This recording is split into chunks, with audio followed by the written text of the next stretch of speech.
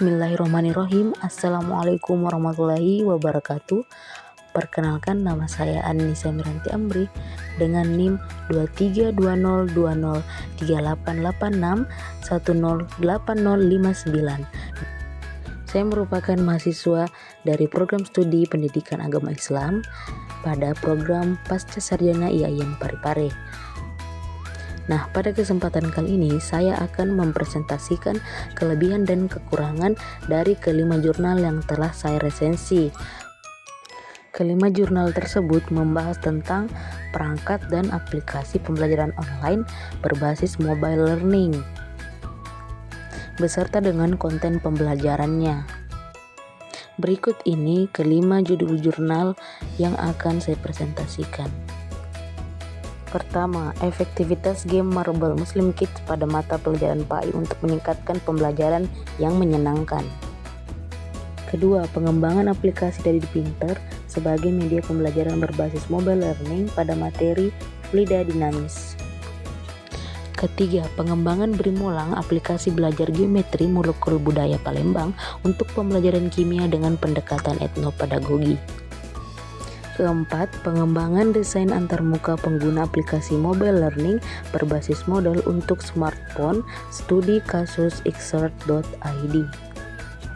Kelima, perancangan media pembelajaran berbasis game edukasi menggunakan MIT App Inventor pada pelajaran PAI. Bismillahirrahmanirrahim. Assalamualaikum warahmatullahi wabarakatuh. Baik, jurnal yang pertama yang berjudul efektivitas game Marble Muslim Kids pada mata pelajaran PAI untuk meningkatkan pembelajaran menyenangkan. Kelebihannya yaitu yang pertama, pada jurnal ini medianya interaktif dan juga menyenangkan karena bisa menghibur dan juga menambah variasi belajar peserta didik. Yang kedua meningkatkan pemahaman peserta didik karena game ini memiliki fitur yang menarik sehingga peserta didik lebih cepat memahaminya, seperti fiturnya itu seperti gambar, suara, dan juga animasi. Kemudian mengurangi kebosanan karena game ini metodenya lebih dinamis dibandingkan dengan metode ceramah. Terus yang terakhir meningkatkan motivasi belajar. Game edukasi ini bisa meningkatkan semangat belajar siswa karena siswa tertarik dengan game ini pada jurnal yang dibahas, ditandai dengan tercapainya skor terbaik pada saat pembelajaran karena mereka belajar sambil bermain. Kemudian kekurangannya ada 4, yaitu yang pertama, ketergantungan pada akses teknologi dan juga jaringan yang memadai, sehingga ketika di daerah-daerah terpencil yang terbatas teknologinya itu sangat sulit atau menjadi kendala karena bergantung pada akses dan kemampuan penggunaan teknologi. Kemudian tidak cocok untuk semua gaya belajar karena ada juga siswa yang memiliki gaya belajar yang lebih konvensional atau tidak terbiasa dengan belajar melalui media digital. Kemudian batasan materinya. Game ini hanya fokus pada materi dasar-dasar PAI, sehingga tidak bisa digunakan dalam pendalaman materi yang kompleks. Kemudian kurangnya interaksi sosial langsung peserta didik antara guru dengan peserta didik tersebut maupun peserta didik dengan peserta didik yang lain, sehingga dapat mempengaruhi perkembangan keterampilan sosial mereka.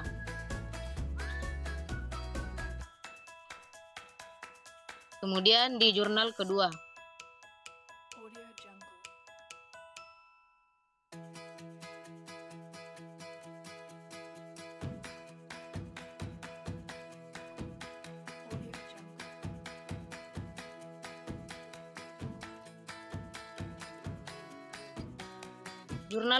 yaitu pengembangan aplikasi Dadi Pintar sebagai media pembelajaran berbasis mobile learning pada materi fluida dinamis.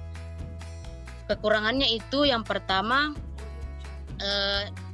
aplikasi pada jurnal ini ketergantungan pada koneksi internet, sehingga ketika berada di daerah yang akses internet terbatas akan menjadi masalah atau kendala. Kemudian yang kedua itu belum digunakan secara luas. Penggunaan metode penggunaan mobile learning pada aplikasi ini masih jarang diterapkan di Indonesia, sehingga perlu kajian yang lebih dalam serta lebih lanjut. Kemudian di antara itu ada juga kelebihannya. Di antaranya yang pertama, inovasi dalam pembelajaran fisika. Aplikasi pada jurnal ini menawarkan pendekatan berbasis mobile learning untuk materi yang sulit dalam pelajaran fisika, sehingga dapat memberikan pengalaman belajar yang lebih mudah diakses. Kemudian tingkat validasi yang lebih tinggi atau yang sangat tinggi, dengan validasi yang mencapai 96% untuk pendia dan 98% untuk materi. Kemudian meningkatkan pemahaman dan minat belajar. Aplikasi ini dilengkapi dengan video pembelajaran, materi interaktif, dan juga kuis yang dapat meningkatkan minat belajar siswa pada materi fluida dinamis yang dianggap abstrak dan juga sulit. Kemudian yang terakhir yaitu aksesibilitas fleksibel. Aplikasi pada jurnal ini sangat dapat diakses di mana saja dan kapan saja, sehingga mendukung fleksibilitas belajar siswa. Kemudian kita masuk ke jurnal yang ketiga.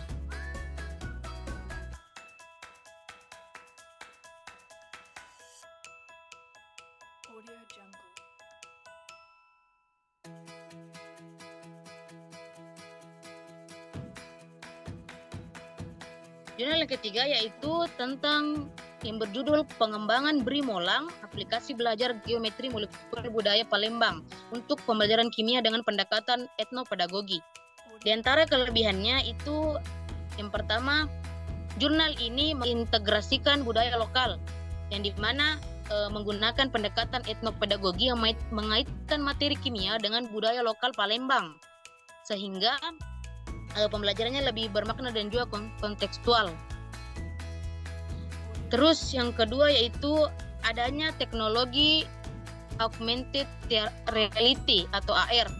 Penggunaan AR pada aplikasi Brimolang ini memberikan nilai tambah karena membantu siswa dalam memproyeksikan konsep molekul yang abstrak menjadi lebih nyata dan juga mudah dipahami.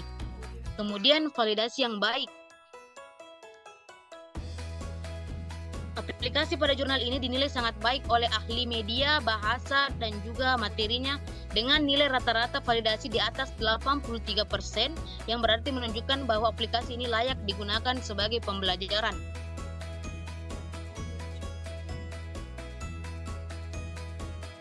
Kemudian yang terakhir yaitu meningkatkan kemampuan spasial siswa.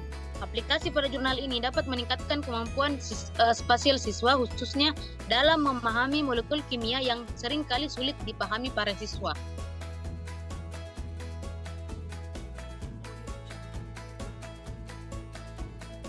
Kemudian kekurangannya itu karena adanya penggunaan augmented reality, makanya penggunaannya ini sangat kompleksitas, yang dimana meskipun AR ini menawarkan visualisasi yang sangat menarik, tapi di sisi lain penggunaan juga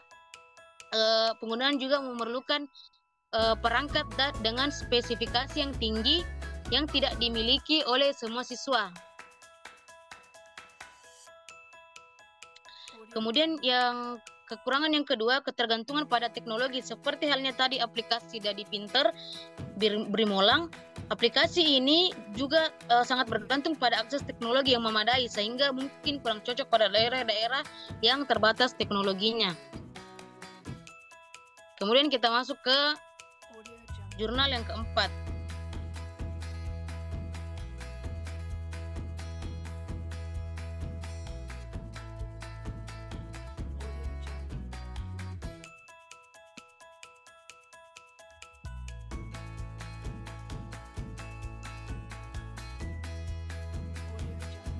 Yang berjudul Pengembangan Desain Antarmuka Pengguna Aplikasi Mobile Learning Berbasis Model untuk Smartphone, Studi Kasus Exert.id.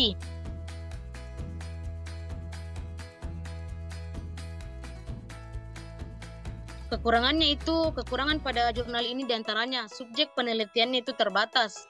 Dalam jurnal ini pengujian hanya dilakukan pada 15 responden, sehingga tidak sepenuhnya mempresentasikan bahwa jurnal ini atau penelitian ini dapat digunakan oleh pengguna yang lebih luas. Kemudian fokus terbatas pada sistem tertentu. Penelitian pada jurnal ini hanya berfokus pada satu platform, yaitu Exert ID yang berbasis model. Kemudian kurangnya pendekatan diservitas pengguna. Penelitian pada jurnal ini hanya melibatkan responden yang sudah pernah menggunakan aplikasi Exert.id, sehingga kurang memperhatikan pengalaman pengguna baru yang memiliki kesulitan berbeda. Terus kelebihannya itu ialah yang pertama, fokus pada user experience atau UX. Jurnal ini berfokus pada evaluasi dan perbaikan UX yang sangat penting dalam pengembangan aplikasi e-learning. Dan pendekatan ini sangat relevan dengan tren yang ada saat ini, yang menekankan pada pengalaman pengguna dalam pengembangan aplikasi. Terus yang kedua, menggunakan metode System Usability Scale atau SUS. Penggunaan metode SUS ini memberikan hasil evaluasi yang dapat diukur dengan pembagian kategori yang jelas berdasarkan skor, sehingga memberikan gambaran yang objektif tentang pengalaman pengguna. Kemudian yang terakhir yaitu perbaikan yang signifikan. Adanya perbaikan yang jelas dalam hasil akhir dari aplikasi setelah perbaikan dengan skor System Usability Scale SUS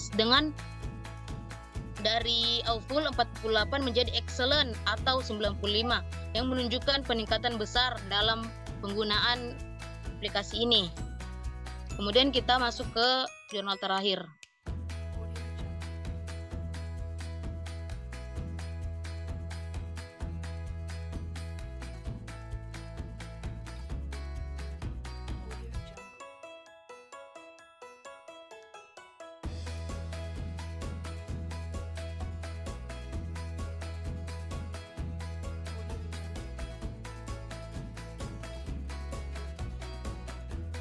Nah, jurnal yang terakhir yaitu perancangan media pembelajaran berbasis game edukasi menggunakan MAT App Inventor pada pembelajaran PAI.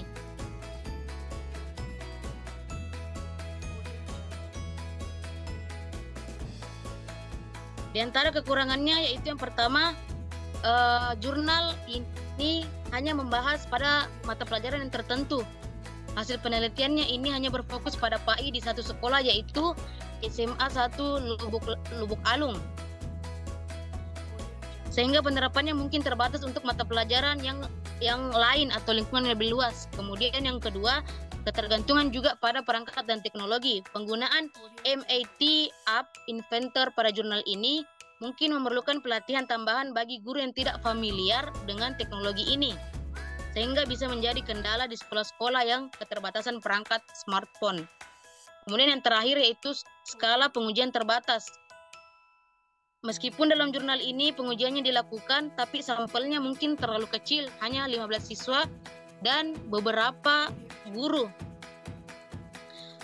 Kemudian kelebihannya yaitu yang pertama adalah inovasi teknologi. Pembahasan pada jurnal ini menawarkan solusi kreatif dalam mengintegrasikan teknologi ke dalam pembelajaran menggunakan MAT App Inventor untuk membuat game edukasi. Kemudian yang kedua yaitu model penelitiannya itu bersifat 4D. Jurnal ini menggunakan model pengembangan yang jelas dan sistematis, yaitu define, design, development, dan disseminate. Kemudian yang ketiga, pengujiannya yang bersifat komprehensif. Pada jurnal ini dilakukan pengujian validitas, praktikalitas, dan efektivitas produk dengan hasil yang sangat baik. Kemudian yang terakhir yaitu, yang keempat itu konteks yang spesifik, yang dimana jurnal ini fokus pada pelajaran PAI, yang mana membuat hasil penelitian ini relevan dan dapat diterapkan secara langsung di lapangan, khususnya pada pembelajaran yang seringkali kurang diminati oleh siswa. Baiklah, saya Nesa Miranti Amri, terima kasih atas perhatian Anda dan presentasi saya sudah selesai. Nah, sudah kita simak bersama pemaparan tentang kelebihan dan kekurangan dari kelima jurnal. Nah, dari secara keseluruhan, jurnal pertama atau jurnal yang membahas tentang game Marble Muslim Kids menunjukkan bahwa jurnal ini memiliki potensi besar dalam meningkatkan kualitas pembelajaran PAI yang menyenangkan, tetapi juga terdapat beberapa batasan terkait dengan konteks penggunaan teknologi dan juga variasi gaya belajar siswa. Sementara itu, pada jurnal kedua dan juga ketiga, yang mana jurnal kedua itu membahas tentang aplikasi Dadi Pinter dan jurnal ketiga membahas tentang aplikasi Brimolang. Secara keseluruhan, kedua jurnal ini menunjukkan adanya inovasi yang signifikan dalam penggunaan teknologi untuk pembelajaran. Namun di sisi lain, keduanya menghadapi tantangan yang sama terkait akses dan juga infrastruktur teknologi, karena keduanya bergantung pada akses teknologi yang memadai. Sehingga apabila pembelajaran ini atau aplikasi ini dilaksanakan pada tempat ataupun daerah-daerah yang memiliki keterbatasan teknologi, maka akan mengalami kendala yang cukup sulit. Kemudian pada jurnal 4 dan juga kelima, jurnal keempat yang membahas tentang aplikasi mobile learning berbasis model untuk smartphone, studi kasus exert.id, dan jurnal kelima yang membahas tentang media pembelajaran berbasis game edukasi menggunakan MIT App Inventor. Nah, pada kedua jurnal ini, secara keseluruhan, keduanya memberikan kontribusi yang berharga dalam bidang pendidikan dan teknologi karena adanya aplikasi berbasis model ataupun berbasis game edukasi pada mobile learning. Namun, keduanya juga memiliki keterbatasan dalam hal skala penelitian dan penerapan yang lebih luas.